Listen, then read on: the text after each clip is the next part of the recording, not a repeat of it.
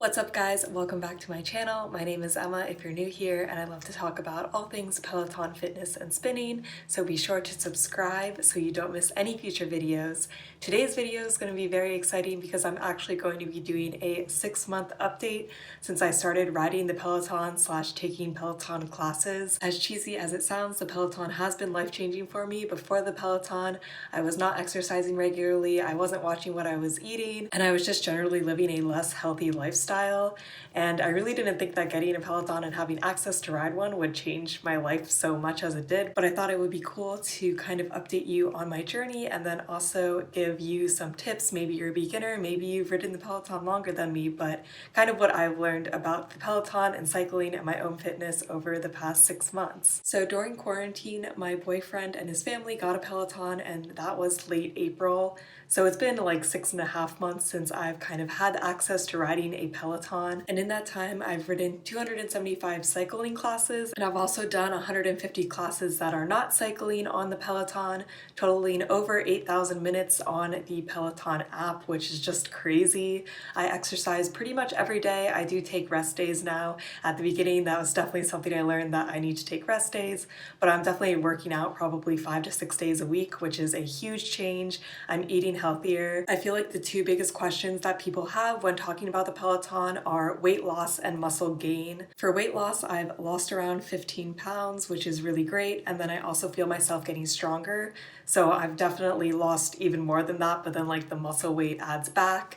I feel myself getting stronger every day, and I'm not PRing as much as I used to. Obviously, like right at the beginning, you gain a lot of muscle when you start riding, but I still do PR, which proves that I am getting better if I'm doing better on the rides that I've been taking before and I get a better output. Obviously, I'm still growing my muscle, which I think is really awesome too, and I'm very happy about my level of fitness now. I think the biggest thing I've learned over the past 6 months while riding is to listen to your body, and I feel like that's really obvious, but there's just so many different parts to that you really have to take in. So the biggest one is that you should have rest days. At the beginning, I was cycling every day. I honestly don't feel sore from cycling, which is really great because I feel like with other exercise, I get sore and then I will force myself to take a break. But with cycling, I could honestly cycle every day, but that's just gonna burn you out. At some point, I'm like, I don't wanna cycle anymore because I feel like I'm just doing it every single day. So now I usually take some days off, and I don't usually do any exercise during those days, although I think that I could definitely sub in like a strength class or go running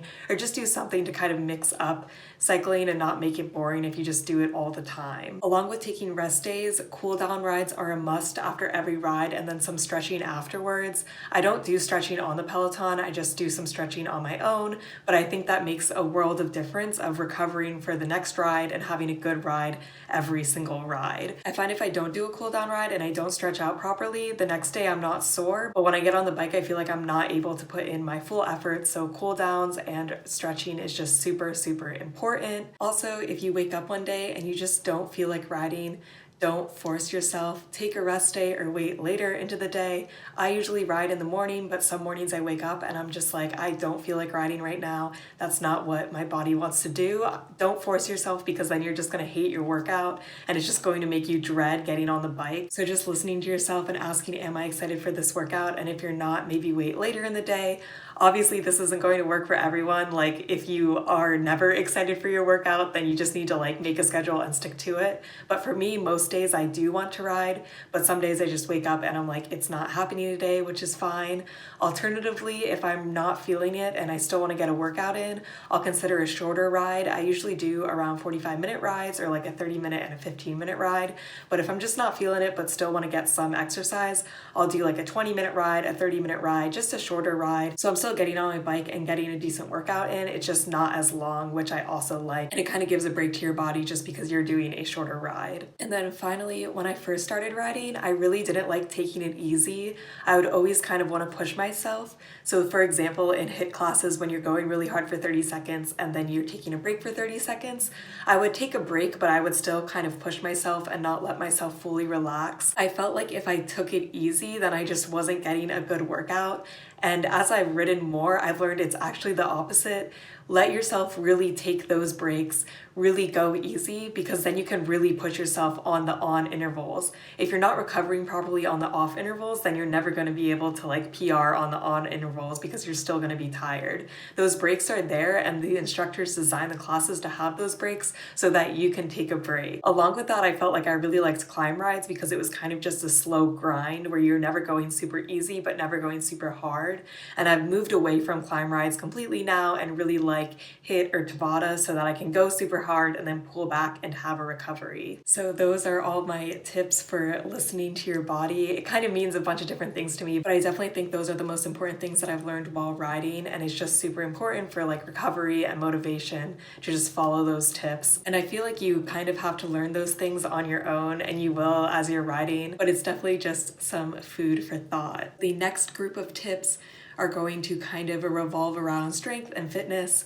So the biggest thing, and I could definitely still improve on this, is to take strength classes with the cycling. I have gotten better. I've tried to work in arm workouts a couple times a week and try to do abs at least once a week. I'm not perfect, and I know that I could definitely do more than that. It's way easier to improve if you're doing the cycling classes along with partnered strength classes, and there's so many great strength classes on Peloton that it's crazy not to take advantage of that, so I would highly recommend. The other thing that definitely makes sense, but I never thought about, especially at the beginning, but even now I sometimes struggle with this. When you're out of the saddle and going at a high cadence, I used to never be able to do this, and I didn't understand why, and it's because that is all ab strength. So if you do not have ab strength, if you're struggling during rides because you're out of the saddle and you're trying to go at a cadence of like 80 to 90, I used to not be able to do that at all. It's 100% you need to work on your ab strength, which means take strength classes or spend more time out of the saddle, because if you're just spending time in the saddle, you're never going to get better at fast pace out of the saddle. And I used to really dread those parts of the rides, but I've definitely gotten a lot better at it once I started focusing on working out my abs also. And I feel like nobody really tells you that, and the instructors kind of don't acknowledge it, because I didn't know this until fairly recently. So I just thought that that was interesting and that I'd pass that tip along. And then finally, in the fitness strength category, I would say definitely don't compare yourselves to others. I think that this is just a super hard thing to not do, especially if you have the Peloton and you have the leaderboard and you see how fast other people are going, or if you have friends or family that also do the Peloton.